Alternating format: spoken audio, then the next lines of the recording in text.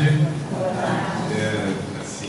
Estar aqui num dia chuvoso é muito bom, gente. Vocês não fazem ideia, sabe? Quando nós começamos a perceber a vida de uma maneira diferente, tudo aquilo que parece adverso, nós começamos a fazer uma outra leitura. Então a chuva também é um presente de Deus, embora as dificuldades naturais que surgem quando ela se manifesta, principalmente numa intensidade igual ao dia de hoje.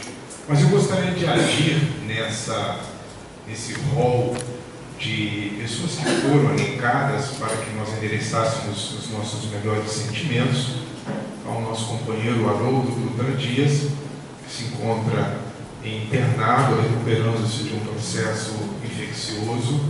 Inicialmente era grave a sua situação, mas por força do trabalho que desempenha e pelo mérito que adquiriu junto à espiritualidade, já se encontra numa situação bem melhor. Então que ele receba as nossas mais sinceras e benéficas vibrações, endereçando a ele e a seus familiares tudo de bom. Para nós outros, alguns apontamentos acerca desse tema, que quando me foi apresentado eu pensei, não dá para mudar, não? É um pouco mais complexo. Primeiro que ele está incerto numa obra de Joana de Ângeles, o Ser Consciente. E tentar traduzir o pensamento de Joana para nós outros que não somos lidadores da psicologia enquanto atividade profissional é às vezes uma tarefa hercúlea, é um grande desafio, principalmente porque por força do domínio da ciência, da mente, poderemos incorrer em algumas imprecisões conceituais. E dentro dessa perspectiva, abster-me-ei de conceitos e definições, e nós vamos tentar trazer aquilo que a experiência de vida nos proporcionou até hoje, com base no conhecimento que a doutrina espírita é capaz de nos oferecer. Mas, vez por outra, recorreremos ao pensamento materializado pela escrita deste, que é um espírito que hoje vem fazendo um trabalho maravilhoso de orientação para todos nós. Joana começa esse apontamento afirmando que somos o mais alto e nobre investimento da vida. E às vezes eu fico me perguntando, será que nós acreditamos nisso? Será que nós já paramos para pensar que somos, dentro dessa escala evolutiva, esse grande investimento do Criador?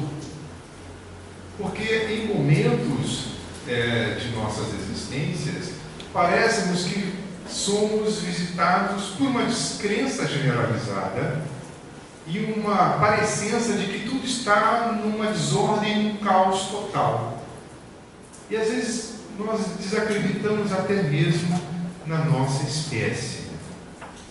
Mas é justamente nestes momentos em que a descrença, essa falta de esperança nos visita, é que somos convidados a rever o nosso pensamento.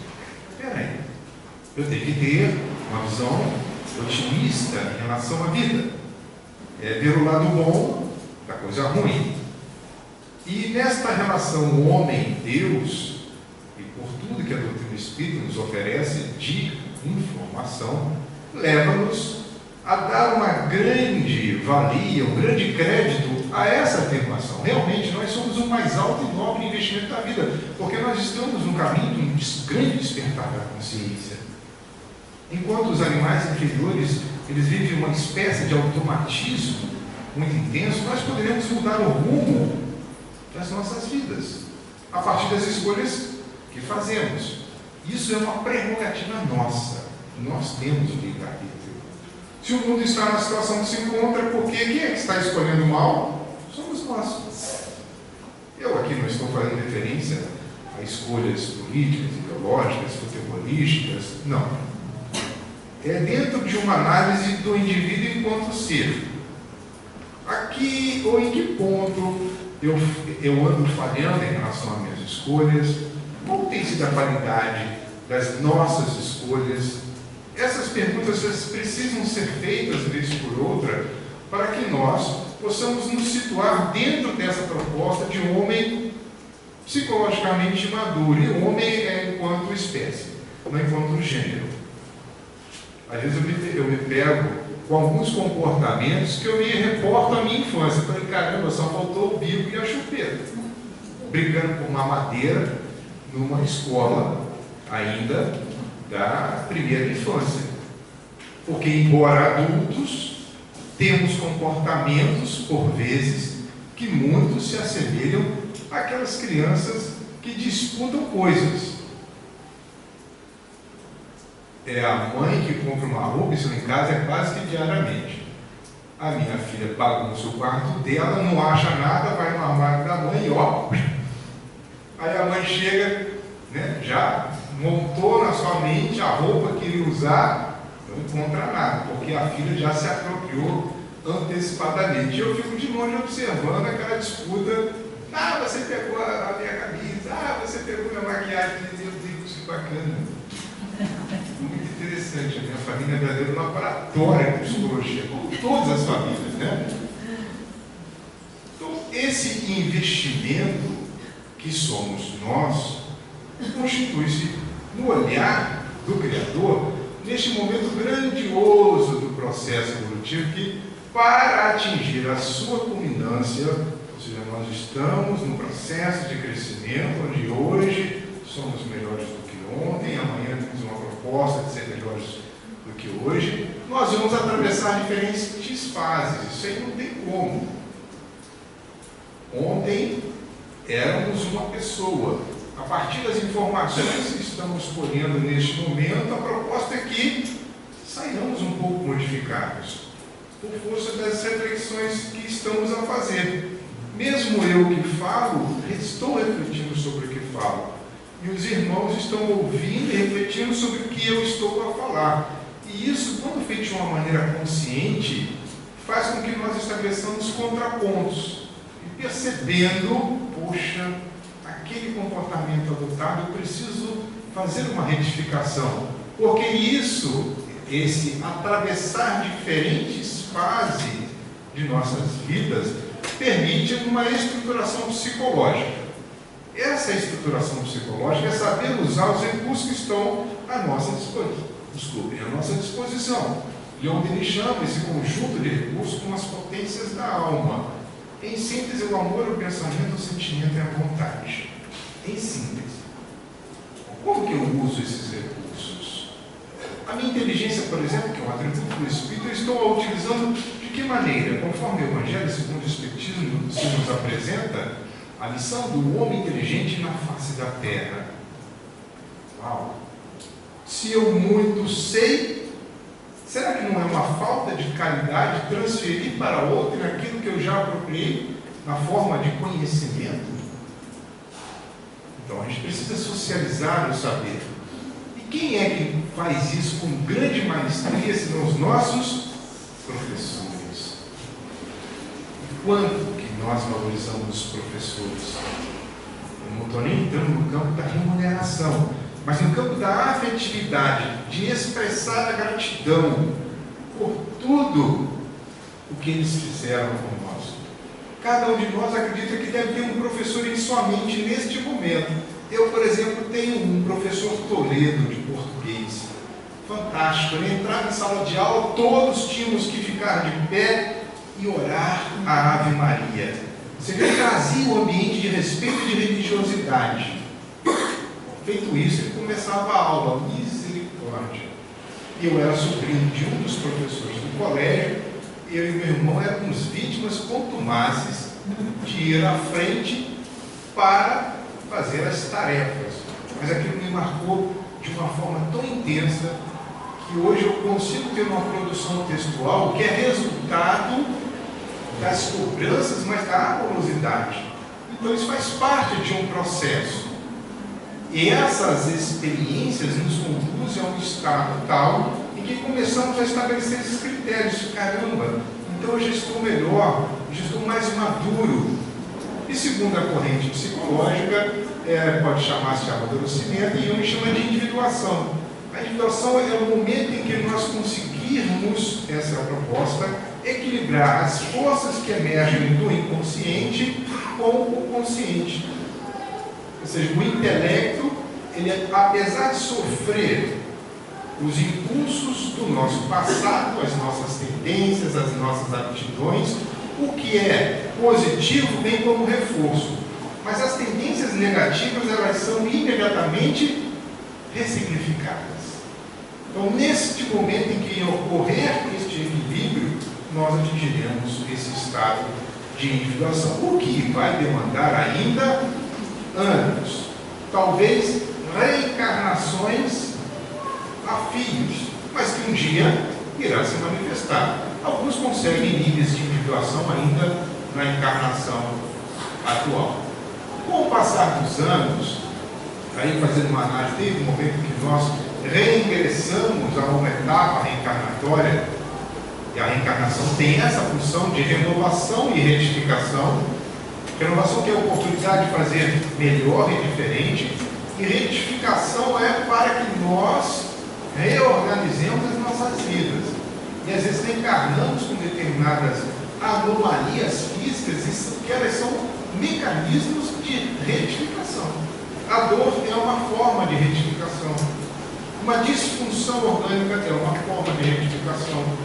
Aquele que muito abusou da inteligência pode reencarnar com uma dificuldade intelectual. Pode manifestar-se por meio de uma doença de ordem mental. Então a reencarnação tem essa função. Então, com o passar dos anos já encarnado, ao atingir a idade adulta, a priori, o homem deveria estar em condições de viver as suas responsabilidades e os desafios existenciais. Deveria. Mas não é o que, na verdade, ocorre. Porque é comum perceber-se que o desenvolvimento fisiológico, ou seja, o Marco Antônio já lá nos seus quase 5,5, quase sem cabelo, mas com o seu comportamento ainda conectado com uma infância. Uma coisa errada. Desenvolveu-se fisiologicamente, mas raramente faz-se acompanhar do seu correspondente emocional. A minha esposa diz assim: olha, Marco Antônio, cabelo branco não dá dignidade a ninguém. Porque nós temos dentro da nossa mente uma perspectiva de que o indivíduo de cabelo branco é aquele. Eu acredito, eu tenho certeza que o senhor é uma alma boa, viu?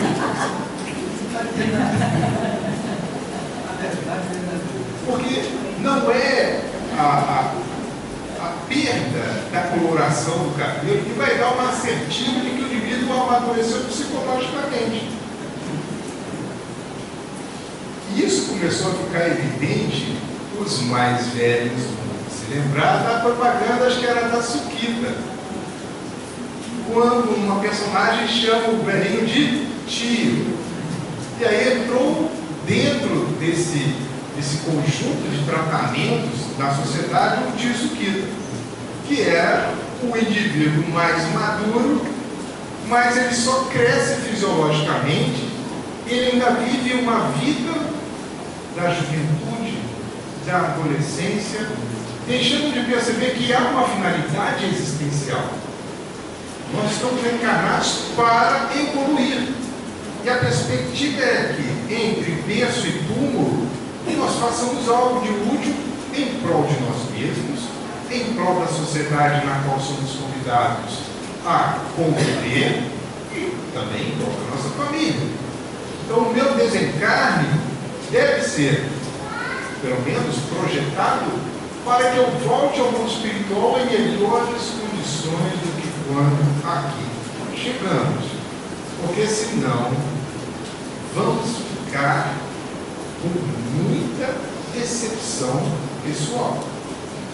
Acredito que as reuniões mediúnicas desta casa recebam também, como em nossa instituição, espíritos profundamente depressivos. São espíritos depressivos no mundo espiritual. Porque ao desencarnarem e projetado na sua tela mental o que estava planejado para fazer, o que ele efetivamente fez, ele mergulha no estado de culpa. de perda, de noção da perda de tempo.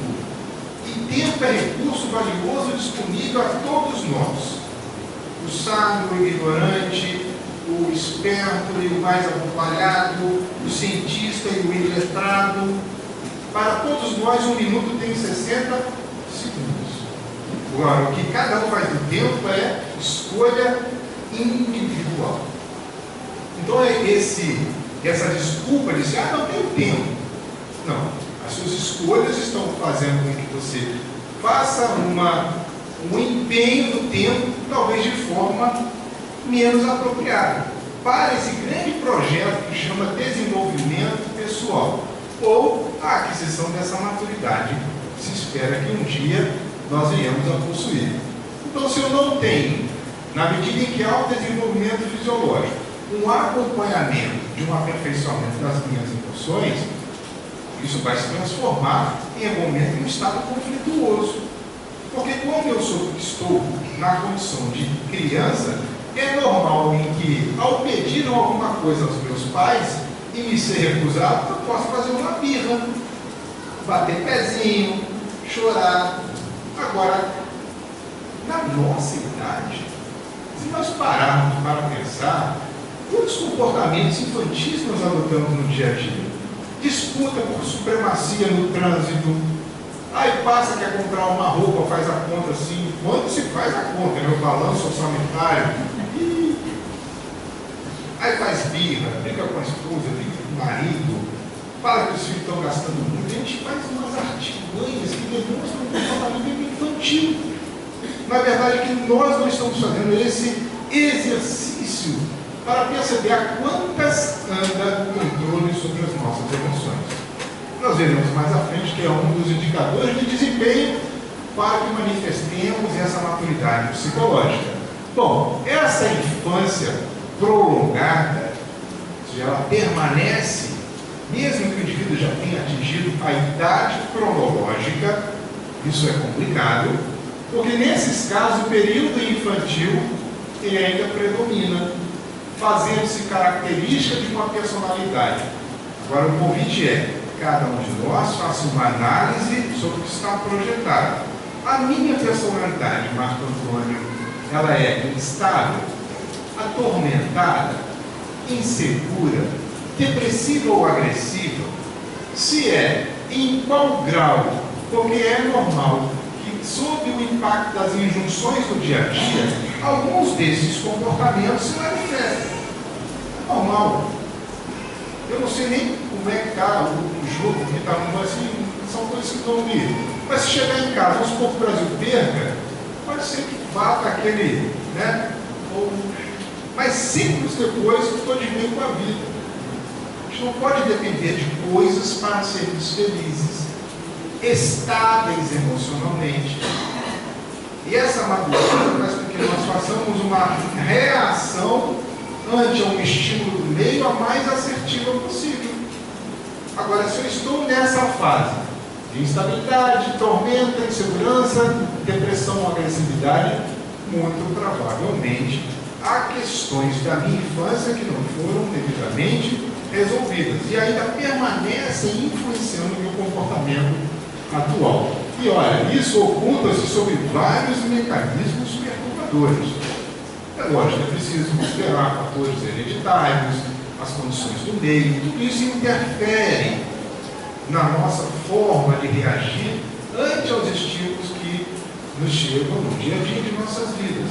Mas a questão é que são nossos. Mesmo tendo fatores externos ou hereditários, nós somos convidados, com força do conhecimento que estamos adquirindo, a iniciar um processo de amadurecimento.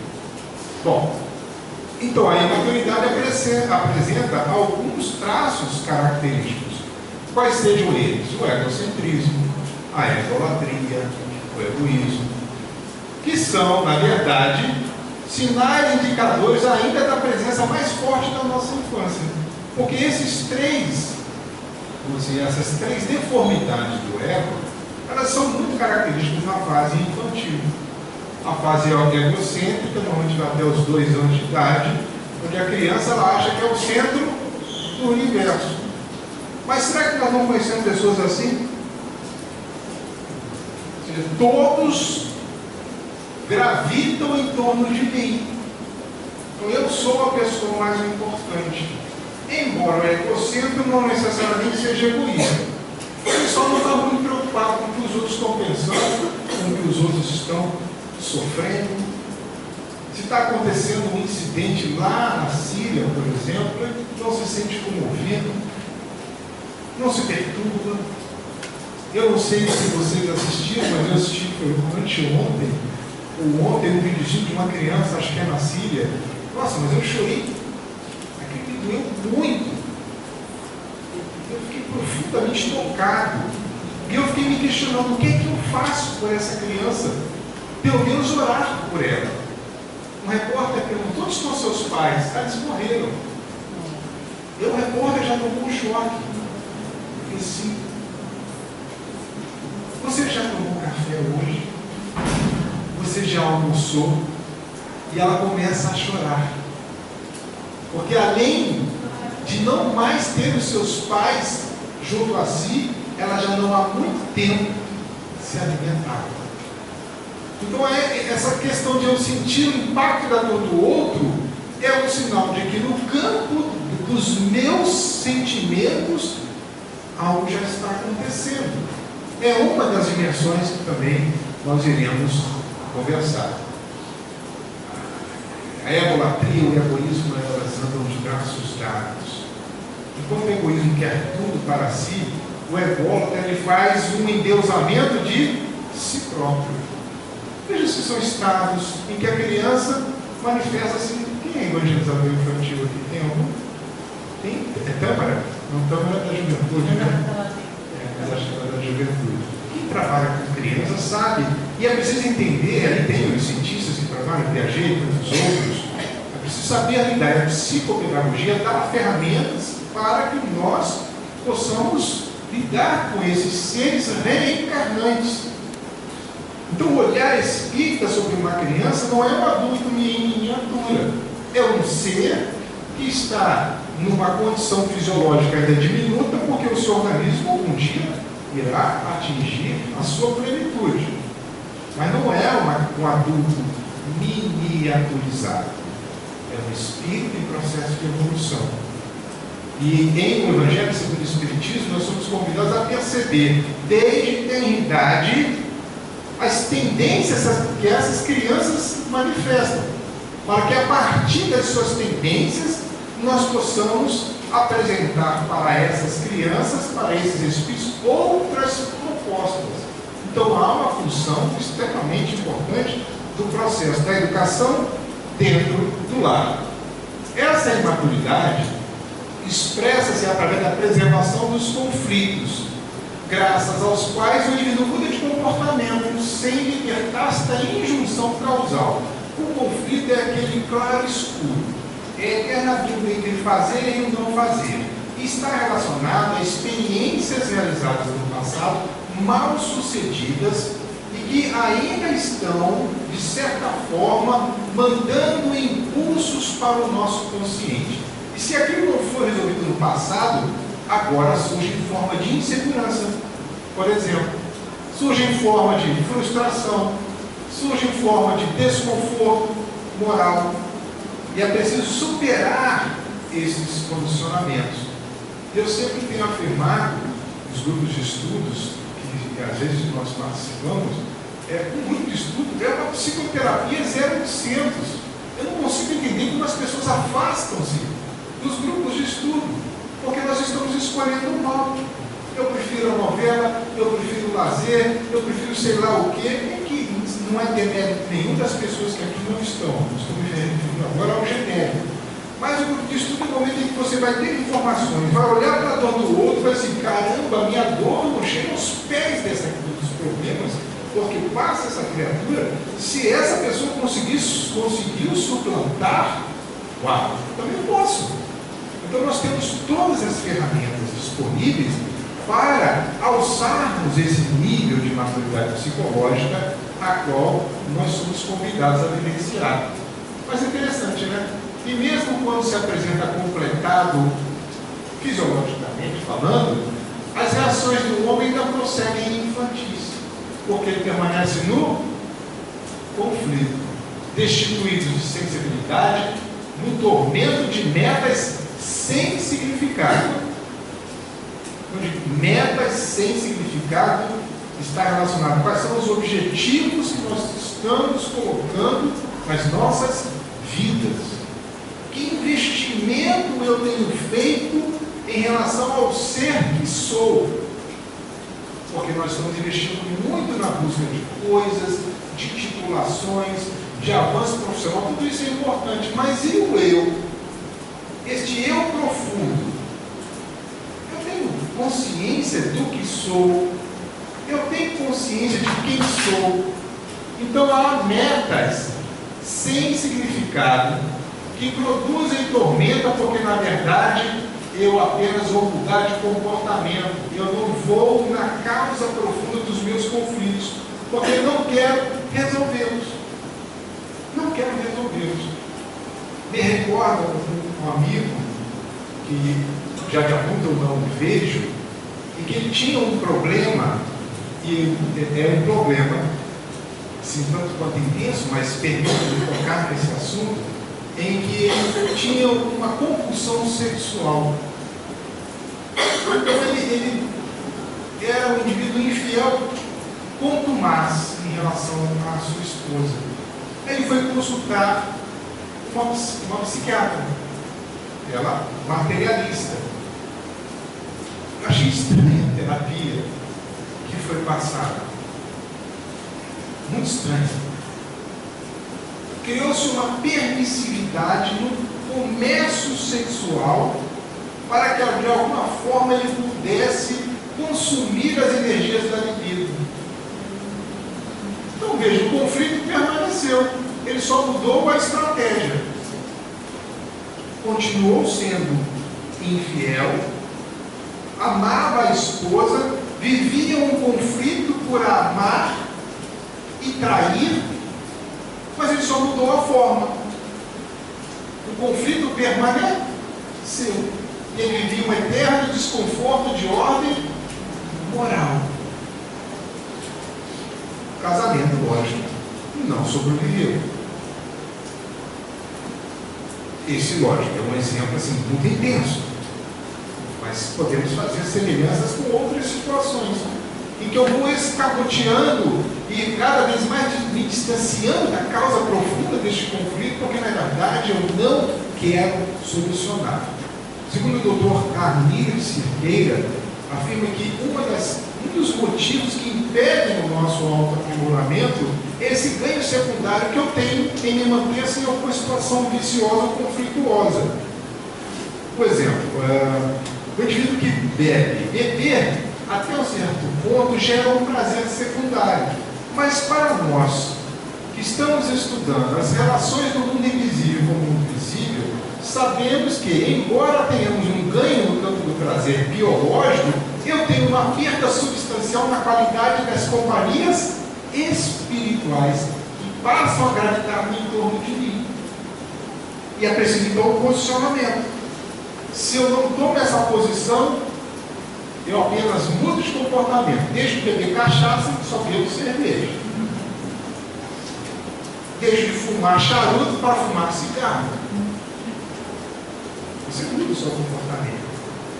Isso gera esse tipo de frustração, desconforto moral, que são ainda resquícios lá do nosso passado infantil.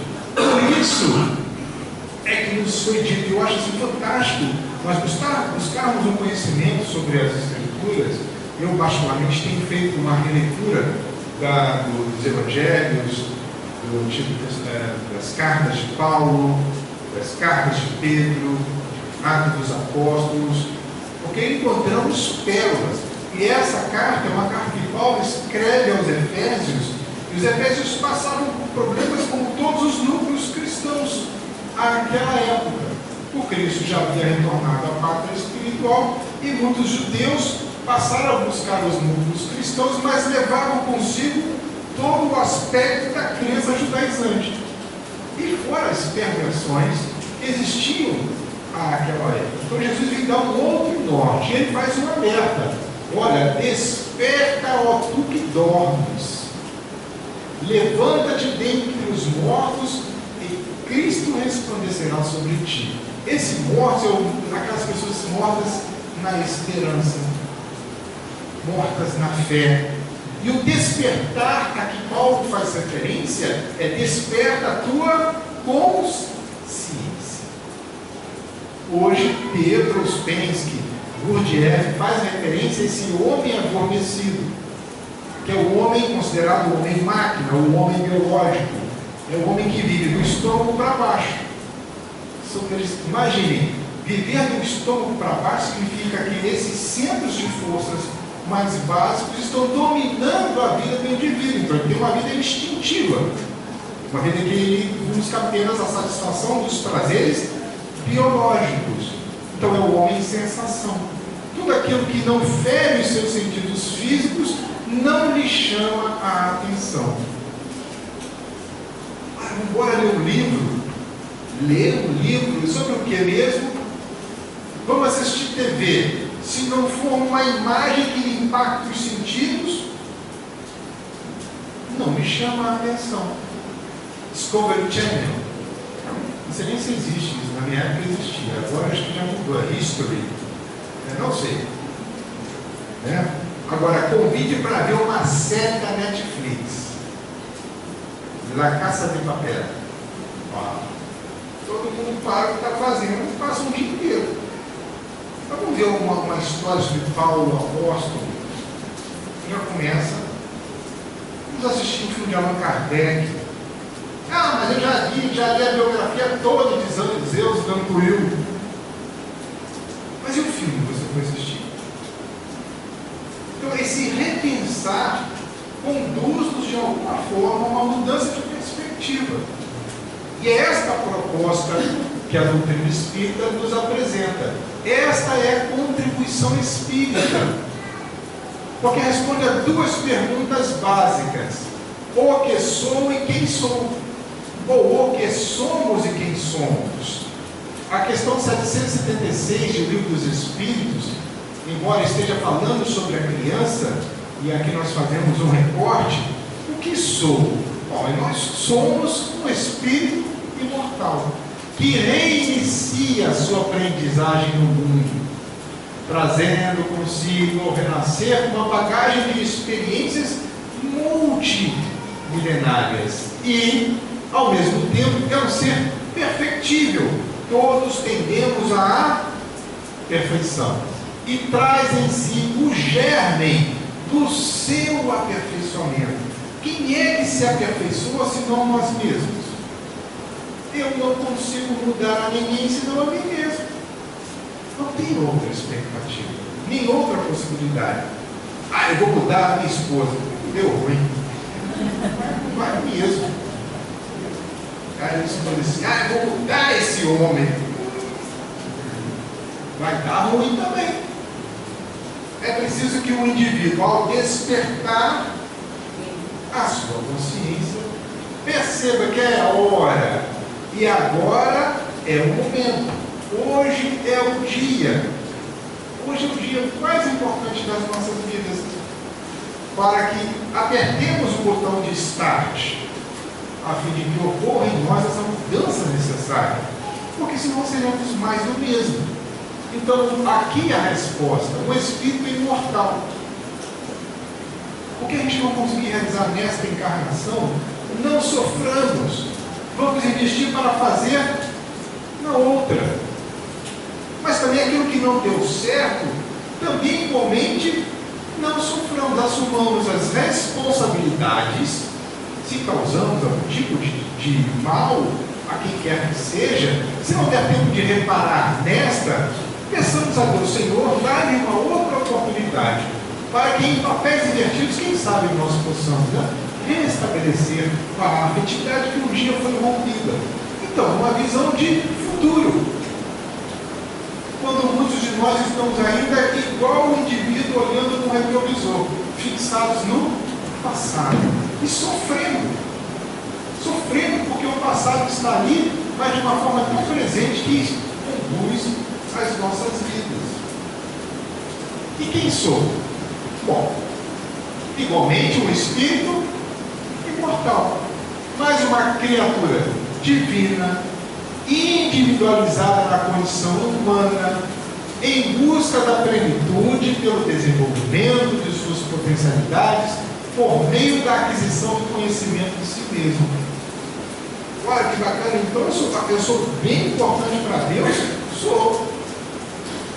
Poxa, isso é significante. Eu sou importante para Deus. Então, se eu sou importante para Deus, eu tenho um papel a cumprir. Ah, mas eu sou um simples indivíduo que varre a rua onde outros habitam. Eu nunca me esqueço de uma pergunta, de uma pesquisa feita dentro do serviço de limpeza, acho que todo mundo lembra da cidade. Perguntaram a 2 garis, uma pesquisa de percepção da profissão. E um respondeu: qual é a sua profissão? Eu sou gari. E o que você faz? Eu varro rua.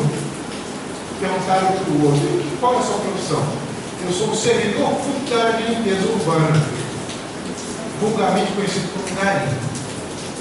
E o que você faz? Ah, eu mantenho a cidade limpa a fim de evitar a proliferação de insetos e roedores. Vejam como muda a perspectiva. Somos nós que precisamos mudar a perspectiva, ter um olhar diferente. Estas são respostas a perguntas que fazemos que somente a doutrina espírita é capaz de oferecer. Daí a importância de nós conhecermos o conjunto das 5 obras básicas. Aqui fazendo uma ressalva que obras póstumas não compõem as 5 obras básicas. É um livro que vem depois. Então, são anotações muito pessoais de Allan Kardec. Então, aí está o caminho que Joana de Ângeles traça para que nós possamos mensurar a quantas é a nossa maturidade psicológica. E ela afirma: olha, essa aquisição da maturidade psicológica tem um curso acidental, feito de sucessos, eu poderia colocar uma vírgula, fracassos e repetições, por formar um quadro muito complexo na individualidade da alma. Então, cada um de nós vai ter um tempo, um momento exato em que essa maturidade vai se manifestar.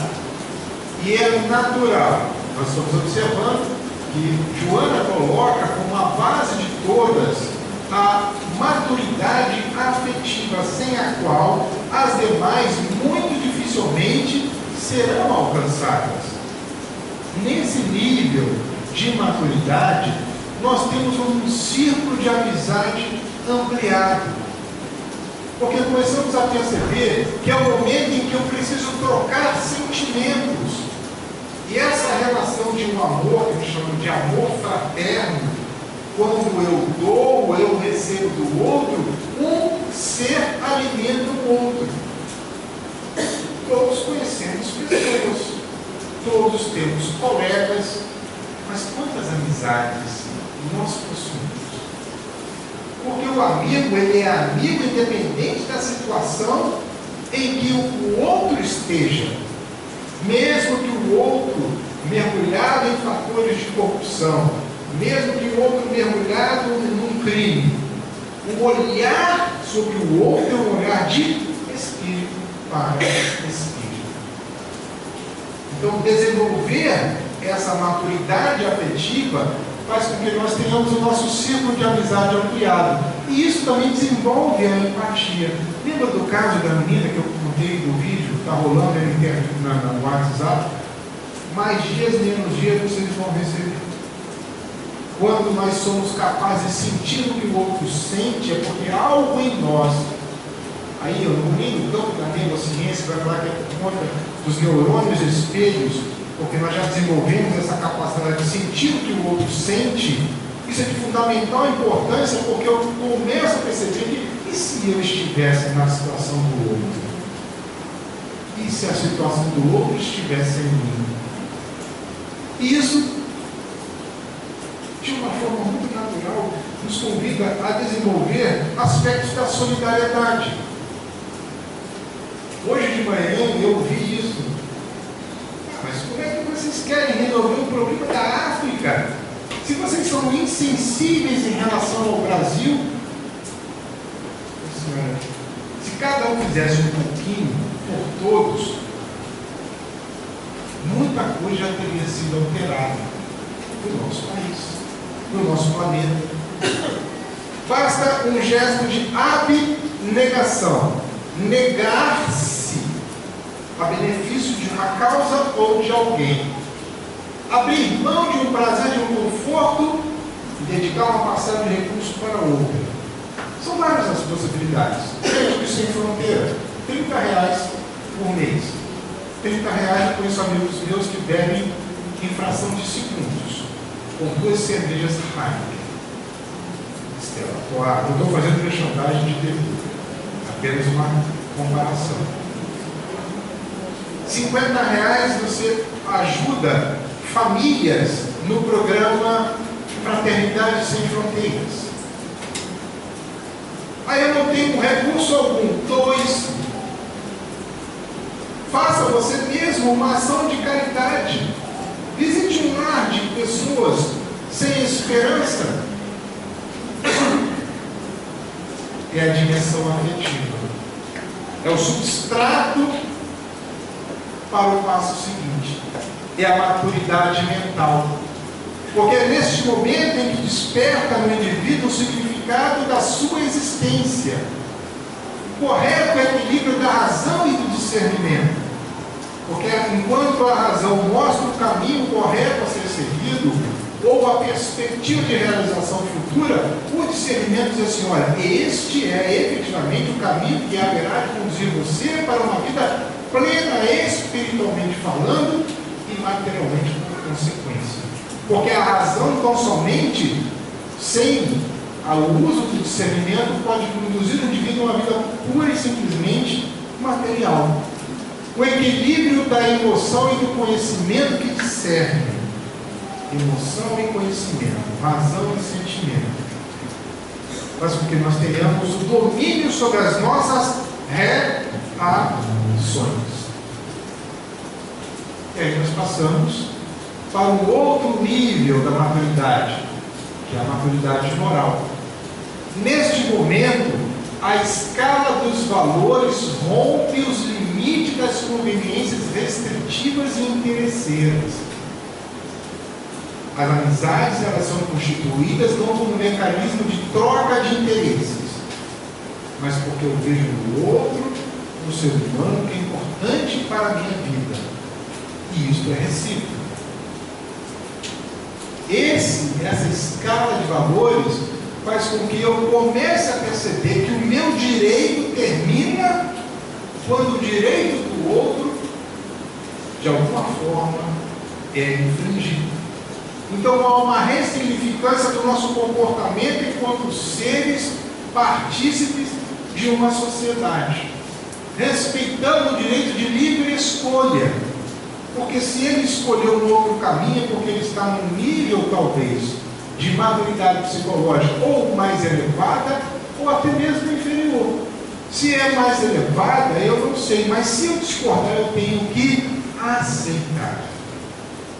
Aceitar. Aqui entra a importância do Evangelho de Jesus. Embora o Evangelho do Cristo ela envolva todas as etapas ou fases da aquisição da maturidade psicológica, são os seus valores morais que fizeram com que os seus ensinos até hoje ficassem como posteridade.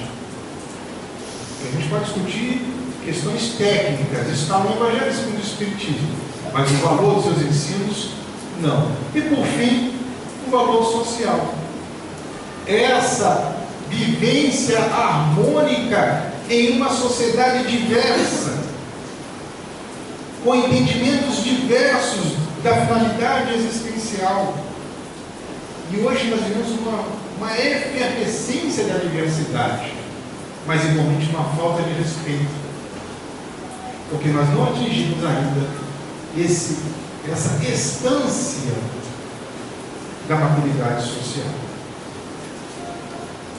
O indivíduo que atinge esse estado, ele é líder natural. Ele é um indivíduo que agrupa em torno de si pessoas, porque a sua simples presença em um ambiente traz aquela sensação de bem-estar. Poxa, eu gosto de ficar ao seu lado. Não sei por que você me traz uma sensação de tranquilidade. Então, quando você recebe essas informações, significa que o seu comportamento dentro de um meio social já é tão assertivo que as pessoas, além de notar a sua presença, sentem-se bem com a sua presença, porque as outras instâncias já foram adquiridas. É lógico que varia, não é infinito, mas este é o caminho que todos nós somos convidados a percorrer. Como o tempo está requerendo o encerramento, nós fecharemos com esse pensamento de Joana. O amadurecimento psicológico é imperativo, que surge naturalmente ou por necessidade que se estabelece no processo evolutivo.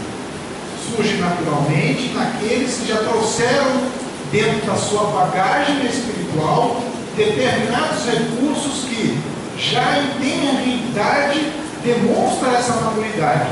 São essas gerações novas, crianças que trazem posturas que a gente fica: de onde foi que ele tirou isso? Fazem apontamentos que nos levam a perceber que ali está manifestando-se um espírito que já reencarnou com a maturidade do senso moral desenvolvida, enquanto nós ainda estamos buscando esse desenvolvimento. O ser imaturo, ambicioso, apaixonado, frustra-se, irrita-se sempre, mata e mata-se, porque o significado da sua vida é o ego perturbador e finito porque iremos todos desencarnar. Ninguém tem dúvida, né? Vamos todos, a questão é de tempo. Circular estreito e sem metas. O ser imaturo mata e mata-se. Então a proposta desta tarde e noite é conduzir-nos a todos a uma reflexão. Bom, qual é o nível de maturidade que eu consegui atingir? Se eu não atingir esse nível de maturidade, que esforços eu tenho envidado para manifestar isso em minha vida? Porque o homem maduro, psicologicamente, vive a amplidão infinita das aspirações do bom, do belo, do verdadeiro, e esvaído do ego, atinge o céu, tornando-se homem integral, ideal, no rumo do infinito. Ou seja, onde ele está bem. Está chovendo, está legal. Está fazendo um sol escaldante, graças a Deus. Está dentro da casa espírita, está satisfeito. Está dentro do seu lar, igualmente satisfeito. Está na rua, igualmente satisfeito. Sempre operando em prol de si mesmo e em prol daqueles com os quais ele convive. Esse amadurecimento psicológico traz-nos bem-estar e uma convivência saudável, não somente para conosco, mas também para com todos. Saúde e paz, temos um bom domingo, um abraço para todos.